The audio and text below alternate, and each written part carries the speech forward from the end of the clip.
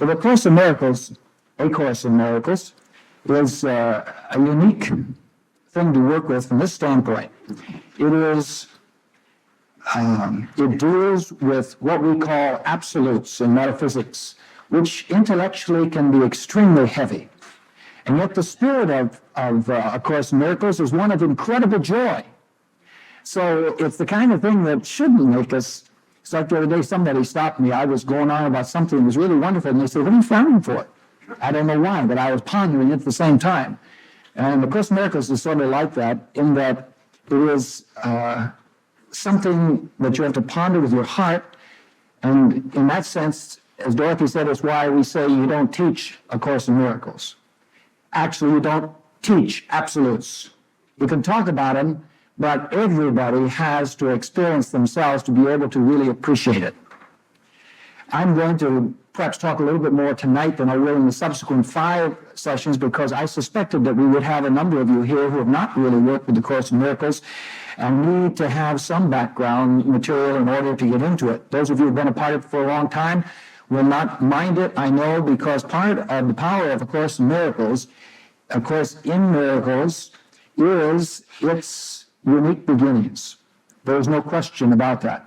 As Dorothy said, we had the book for some time, and I glanced at it, and at first reading, I had a tendency to put it in the category with many other books that have crossed our desk from people sending it, giving it to us, that were writings based on people being in trance or hearing voices or writing from their own Christ spirit. But then, as many of you know here, it would seem that the Spirit wanted to bring into our lives. Dorothy picked it up and started to work with it, I think, before we met Jerry Jampolsky, didn't you? Or it was after that? Yeah. It was before, yes. In any event, I still was not moved until I met Jerry Jampolsky. And most of you know Jerry, and have probably heard, how many of you have heard Jerry lecture? No, good half of you anyway. But Jerry has received international recognition for his work with children with terminal illnesses. When he first began to apply what had changed his life, which was this Course in Miracles. He was introduced to the Course through Judy Scotch. And when we met Jerry, I was extremely impressed with his approach to life and his story, which he told on our television program about his total transformation from being an alcoholic or on the verge of being an alcoholic, someone who had a crippled back condition, and somebody who felt he was over the bridge or on the other side of the hill going down in his profession as a psychiatrist, and how through the work he did in the Course in Miracles, he had a healing from all these things. At that time, he talked about Judy, but we didn't meet her till some time later. Subsequently, as many of you know, again, we've become very dear friends with Judy Scotch and her husband, Bill Whitson.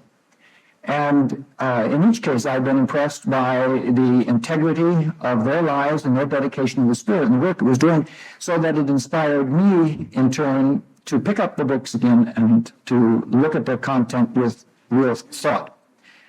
I'm going to share some of my feelings about this course and give you a little bit of history for those of you who don't know anything about it, because, as I said, I think this is helpful for us.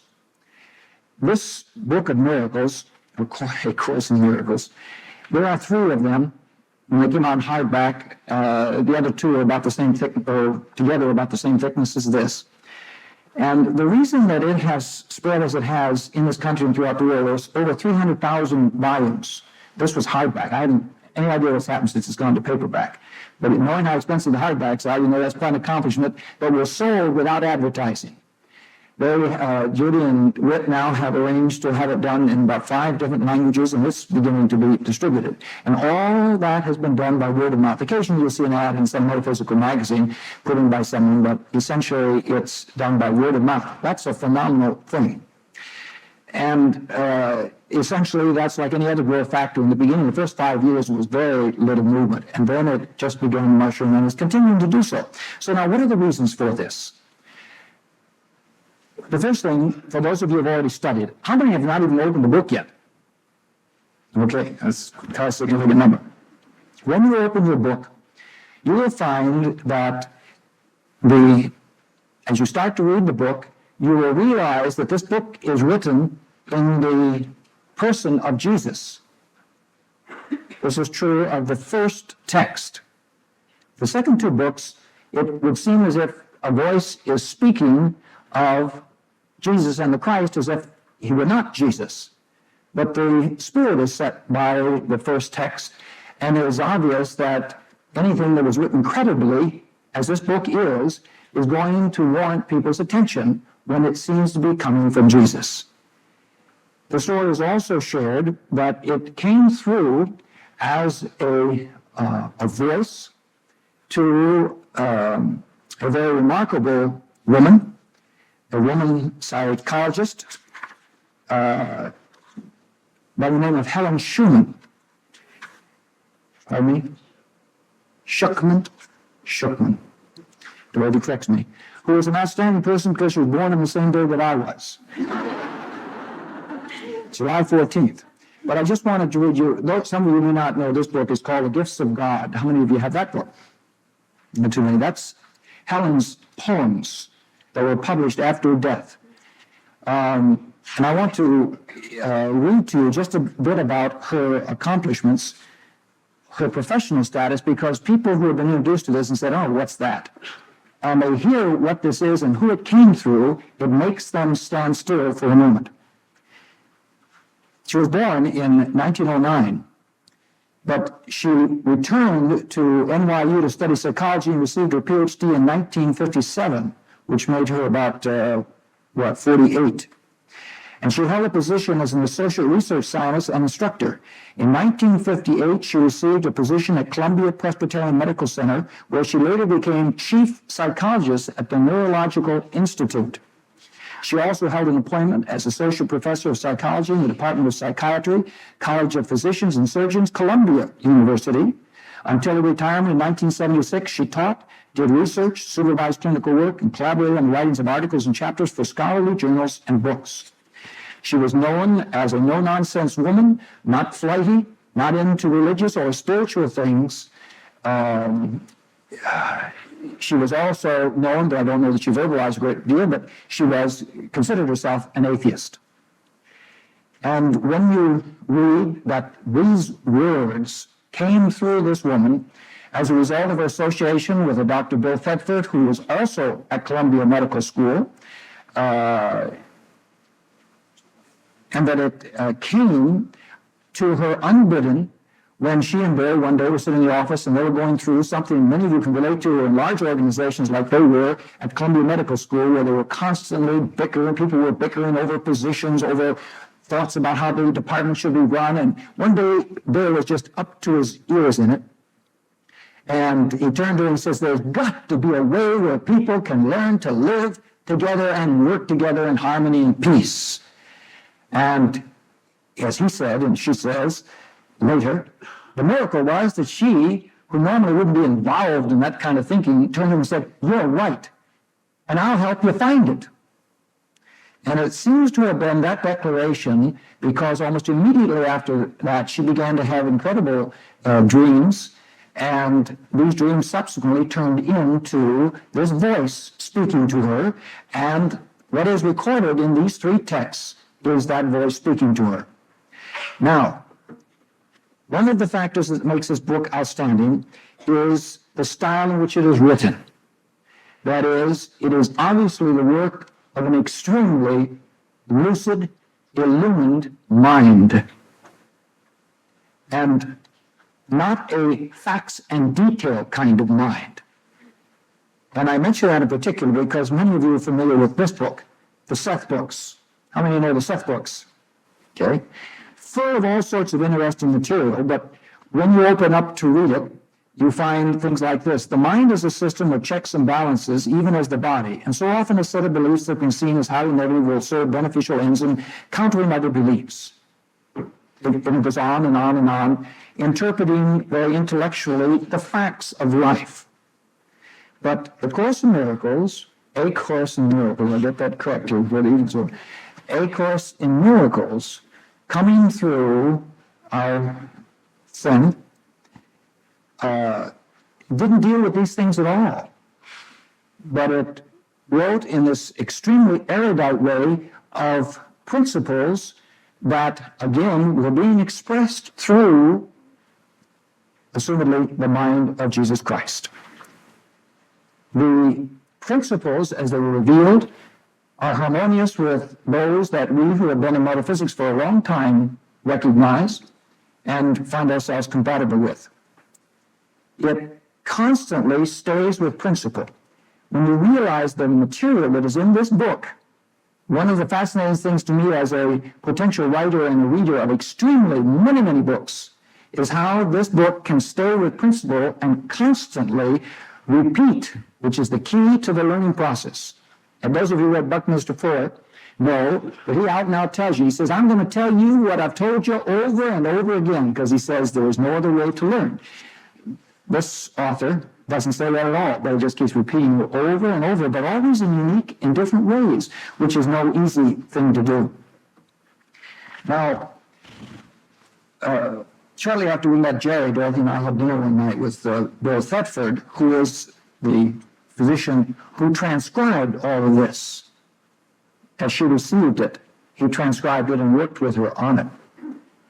And one of my first questions to Bill was, because this was all I really knew about the book at the time that I met him, I said, I've heard that Jesus gave us this. I said, did he?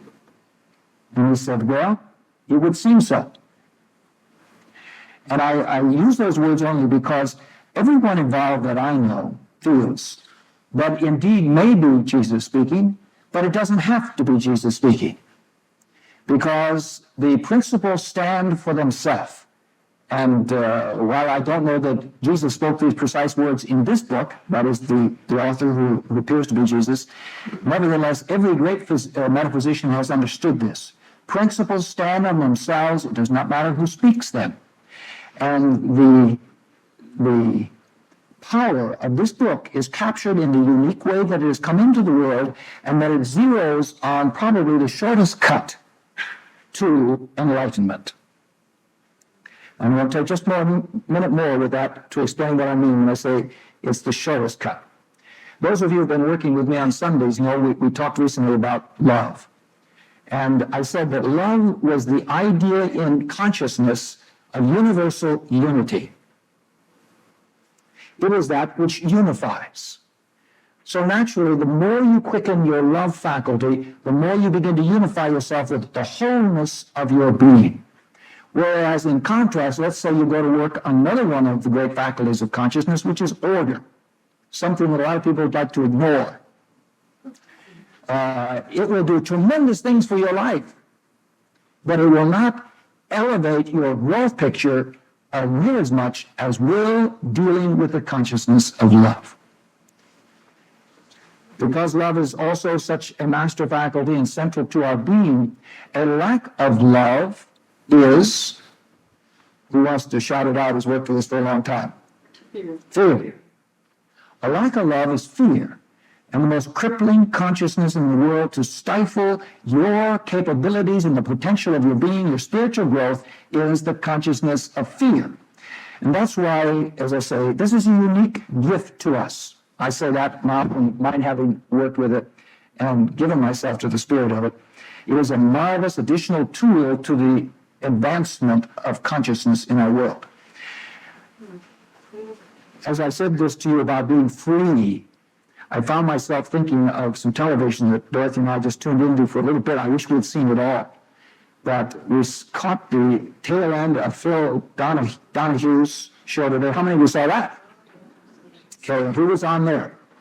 Shirley MacLaine. And she was given a bill of a darn. I'm relating this to what we're talking about tonight because, you see, Spirit, folks, is using every channel possible to enlighten us and set us free from the prison that we are presently in by our ignorance. And as we listen to Shirley tonight, we both just practically sang songs of praise to God that this channel is alive and going. I don't know that I agree with everything she says. And again, we don't have to. you may, read A Course in Miracles and get bored with it in 6 weeks. That's okay. There are others who will find it and have a transformation that will be wonderful. And Shirley MacLaine is transforming a lot of people. She's seen the faces in this audience where she was saying things just like we're going to be saying here tonight. She said, I'm a spiritual being, and so are you all spiritual beings. So when you learn your spirituality, it frees you. You really have potential. She said, that's what it did for me. That's why I am what the success I am. And they were talking about how she could do everything. She says, I tell you, I'm a spiritual being. And anyway, these folks were mostly ladies, I guess, in his audiences anyway, but they were just, their faces were just like this. You could tell they were drinking it in.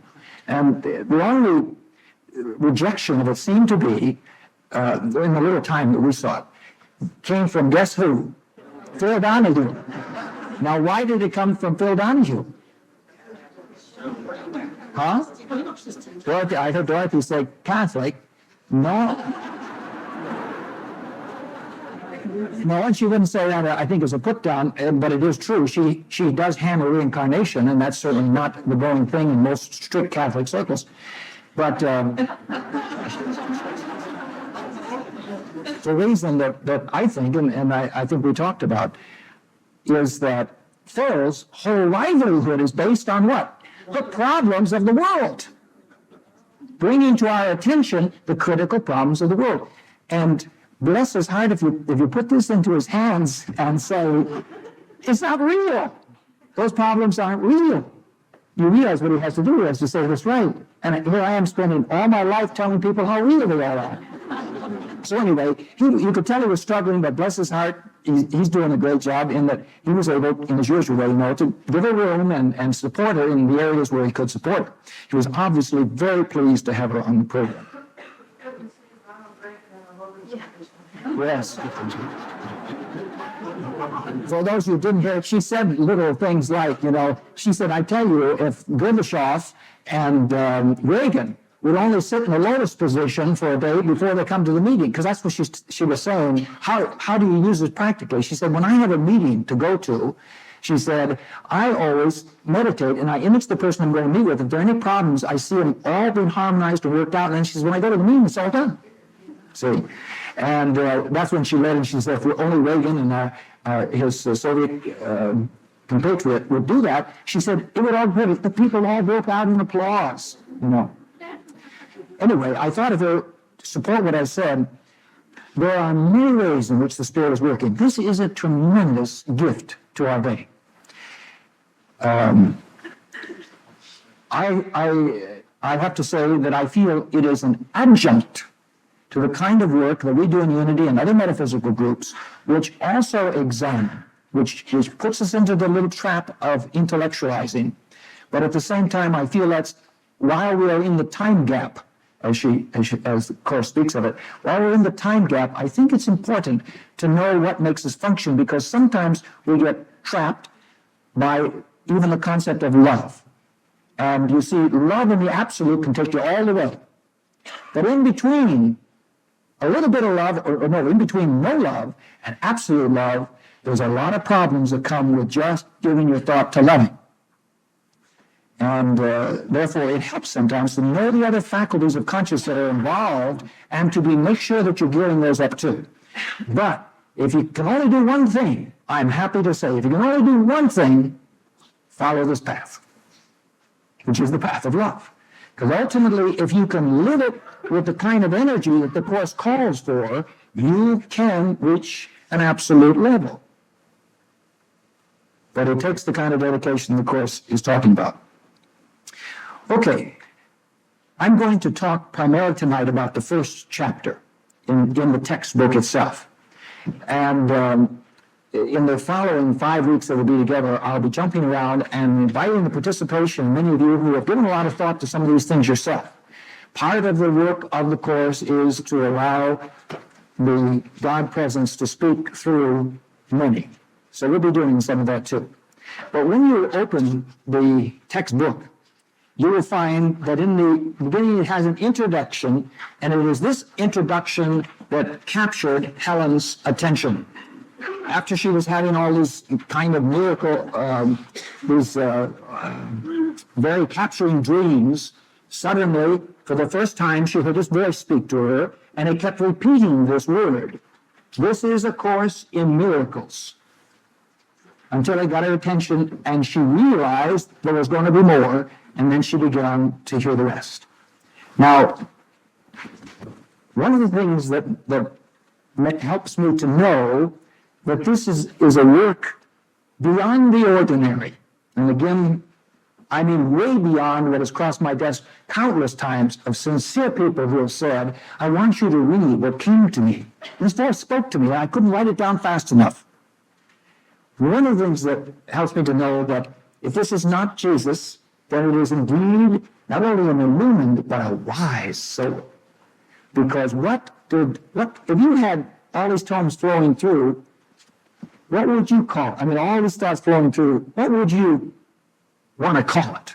What would you want to highlight if you wanted to capture the attention of a race of people that are trapped in their own ignorance and negation? What's everybody really want when they're in trouble? A miracle.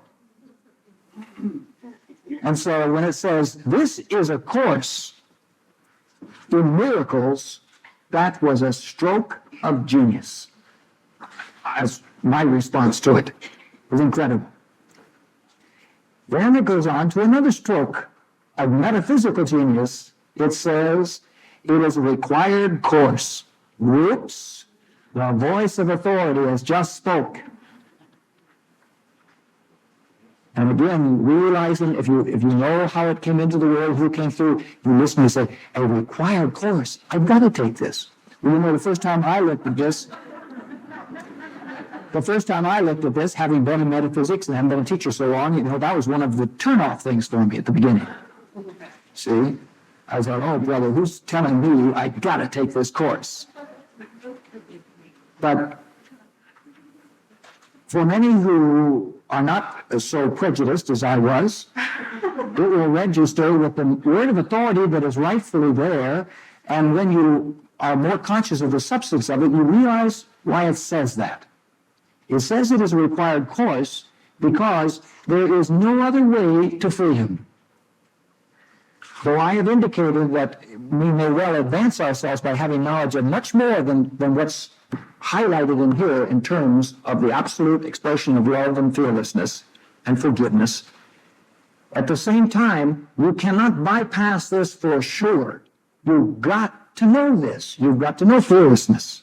You've got to know forgiveness. You'll never be free, you'll never be whole until you live with a total forgiving soul. Impossible. So it's a required course. And so it isn't really somebody saying, you've got to take this or I'm not going to let you in. It means there's just no other way. Then it goes on, only the time you take it is voluntary. That is, when you decide to do it. Now, let me see if I can jump ahead, because I just suddenly thought later on I had a note that I loved.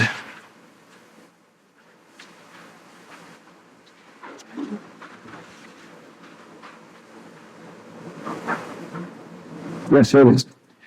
No learning is acquired by anyone unless he wants to learn it and believes in some way he needs it. So if I ask you, when do you think you're really going to take this course? Or I ask my own soul, when am I going to take it? You may sit in this gathering, or you may go into one of the other many Course in Miracles classes or groups that are being conducted. But that doesn't mean you're taking it. You're only taking it when you're really working at it.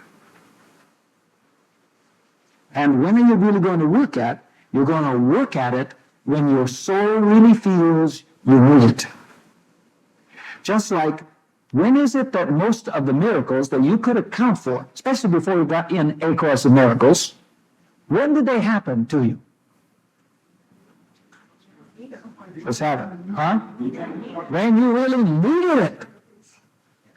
And what the Course is saying to us, and I'm jumping back and forth into it now, but what the Course will say to you is that miracles can happen all the time.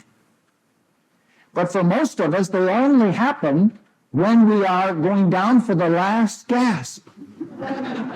Because only then do we want one enough that we really ask for it. And I mean with our whole being. The rest of the time, what we tend to think is the kind of thing that I experienced, and I'm not putting myself down, I'm just using myself as an example, when I first picked up the course. Now, I think I could live without this course, because a lot of the same words are spoken in other ways. But at the same time, my initial reaction was, I've got enough material now, I don't need anything more. Okay? And so then the Spirit brought it back into our lives just by meeting all the principles involved. But this is the suckiness that your soul has to deal with in meditation. When am I going to do something about this? The timing is all mine, and that is when I feel I really need it. Now, what most of us suffer from, and I'm not putting this down, but this again is bringing into the forelight of our consciousness.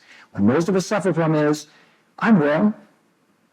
Oh yeah, I'm not perfect, and I'm not winning the age battle completely.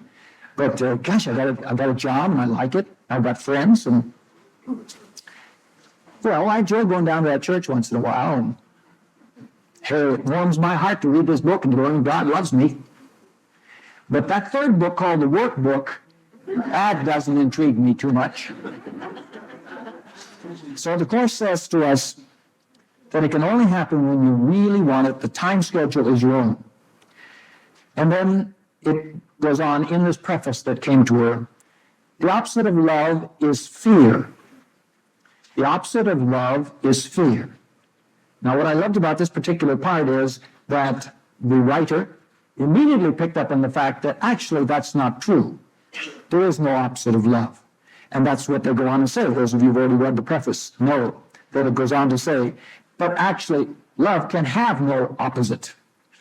Not when there really is love.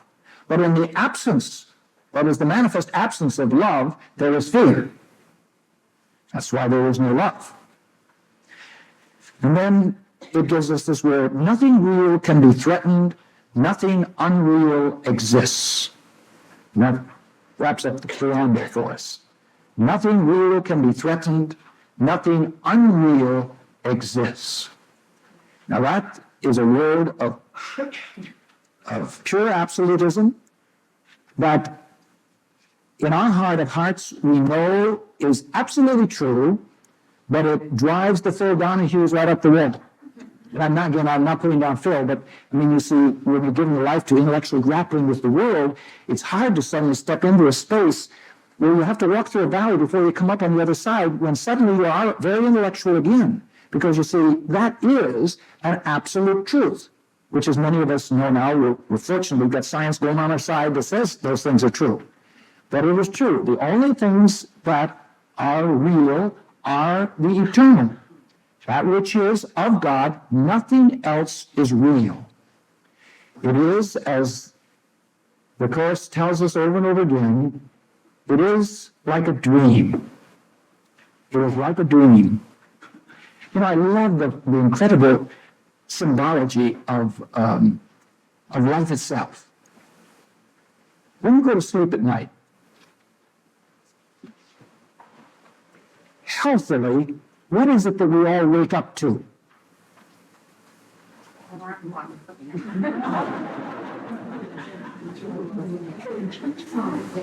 Say it again. Light. Right? Is that what you said, or did you say light? Shoot, they failed on that. I thought they had it, but that was close. They said life, but the light. I mean, I said healthy. I should have said, let's take the ideal picture. You're out in your sleeping bag and you're up in the mountains. How long are you probably going to sleep? Till the sun breaks over and hits your face, and suddenly you wake up and there's the sunlight. Now, a lot of people wake up in between 5 and 6 times, but when you're with a healthy picture, that brings you out of the sleep is the light. And of course, that's the substance of this. The truth is, the reality of our being, as I've affirmed, is nothing is real, nothing that is unreal exists, only that which is of God, and that is all good, exists and is real for you and me. And we dream everything together that is contrary to that. And the whole purpose of A Course in Miracles, or indeed spiritual enlightenment, is to wake us up. Wake thou that sleepest, which is what Paul said to us. One more thing tonight before we take we'll have an offering, then we'll have a break, and then Dorothy's going to lead us in meditation. The next opening part of the chapter is all on what? The first chapter opens up on what? Those of you who study it day and night. Miracles. It talks about miracles, and it talks about miracles. Miracles are thoughts. And that's not the way the world tends to think. What's a miracle? It's a what? It's a happening. And what kind of a happening is it? Unusual? Magic? Supernatural? Breaks the law? Intercession? Who? Okay, well, we got enough, and we all relate to that. But here we're saying that miracles are thoughts. And in number 36, it says, miracles are right thinking. And the essence of the word is that every time you think rightly, you'll have a miracle. Every time you think rightly, think truth, you'll have a miracle. Something will take place in your life that is not of the ordinary, because the ordinary is built on the false world of appearances, of the belief in duality. But reality, which is what right thinking is always true and always there and is instantaneously a part of our lives. What is the first thing that they say about miracles? And it's repeated all through the book. The first word about miracles. There is no order in their difficulty. None is bigger or smaller than the other. And I challenge you, those of you who, well, if you've been in it 10 years, I still challenge you, that is something, folks, we have to work on with everything within us, because all of our intellectual training says the reverse. That miracles come in all size dimension. I mean, and we go from overcoming the cold to cancer. We've got it like that, Overcoming cancer is a big miracle. Or raising $5, not so bad. I can almost run into a friendly face on the street and get $5. But get $5,000 overnight, that's a big miracle. This says to you, there is no order of difficulty in miracles, because this all has to do with training your mind. And practically the last word in this book is that same word. You are entering into a training of the mind. It is all that is required for a miracle is right thinking. And then a couple other thoughts on miracles here. They reawaken the awareness of reality. Miracles reawaken the awareness. Miracles represent freedom from fear. And that's number 26, and it slips in a word that we'll come back to over and over again in the book. And that is, it says, atoning means undoing. Atonement, which is another great direction of the course. To receive atonement is to undo all of our false teaching, which has taught us duality and separation from spirit, to undo that and bring us into at one-ment with God.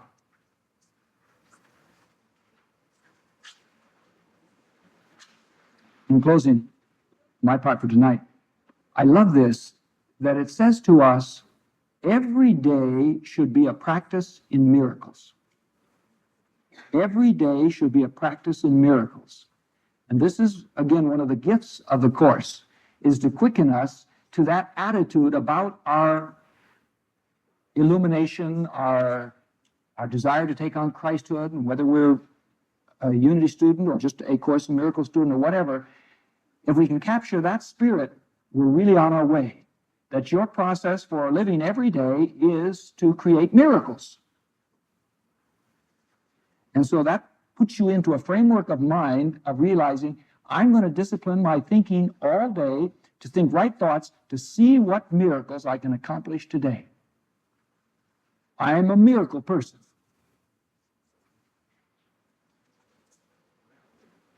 How many of you think we can get that in consciousness? I'm a miracle person. I'm a miracle person. Okay, now just one other thing, Dorothy, and I'm going to be still. What that I thought about. One of the other reasons that this book, I think, has captured such attention is, what has most Christian teaching told us our job was? What's your job as a Christian? Repent and do good. That's about it, isn't it? Repent, do good, and receive a reward. What does this tell you your job is? I've said to be a miracle worker, but there's something else, another word that runs all through the course that I think is one of the real hookers that has captured people and put them to work at it.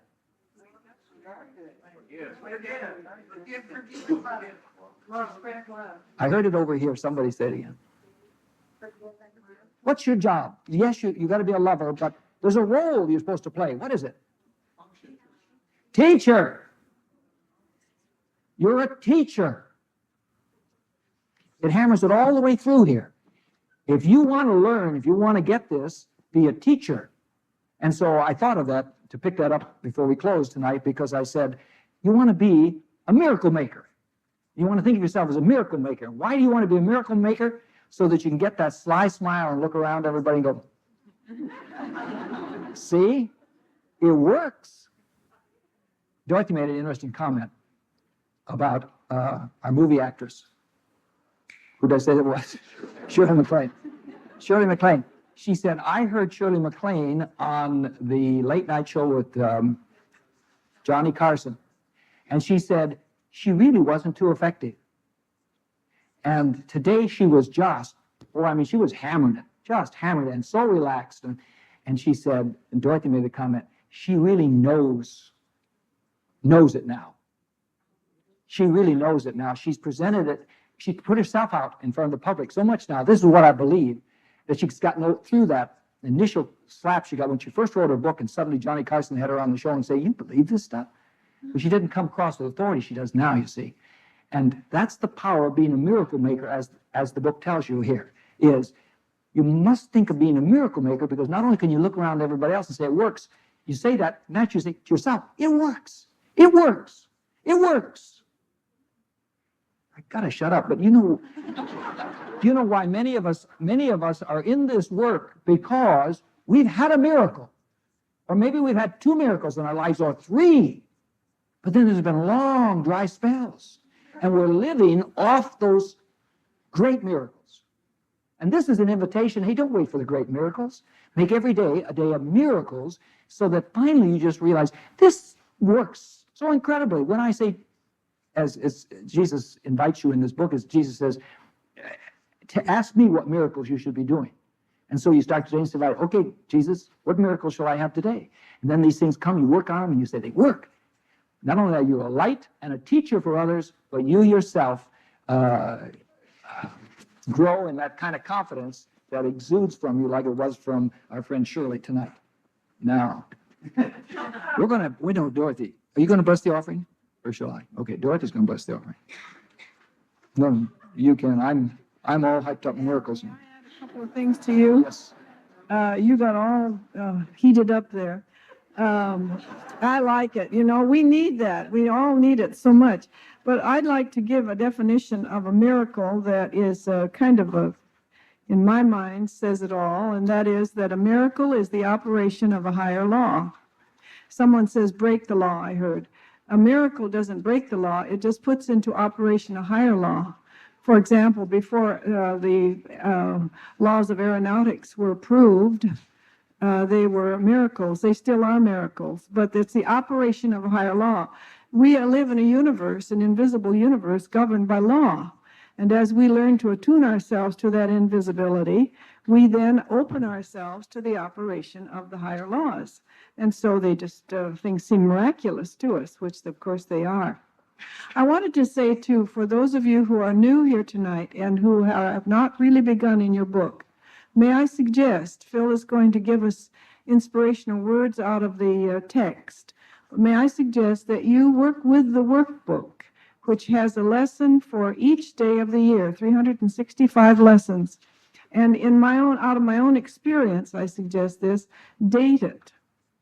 And I find in my book that for example, the work I'm going to use with us in just a little while, I worked with December the 1st, 1981.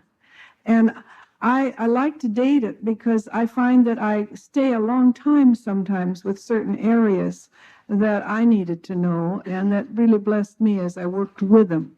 The first lesson in the workbook is really very difficult at first to understand. Everything I see in this room, etc., has no meaning for me. Well, you look around in your home. Now listen, my mother gave me that.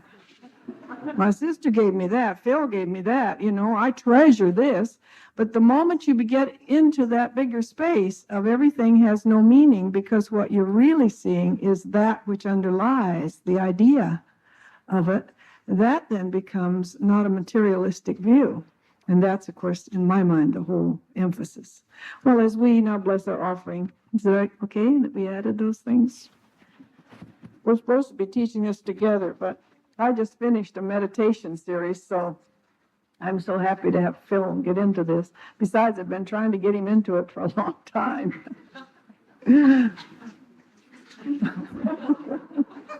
I mean, the Course of Miracles. I thought it was so great, and I just wanted him to enjoy it too. You know how we are about the ones we live with.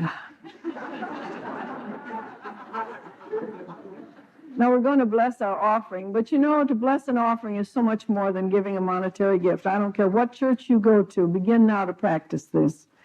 That which you hold in your hand is a symbol. It's a symbol of everything within you that you would give to the whole wide world.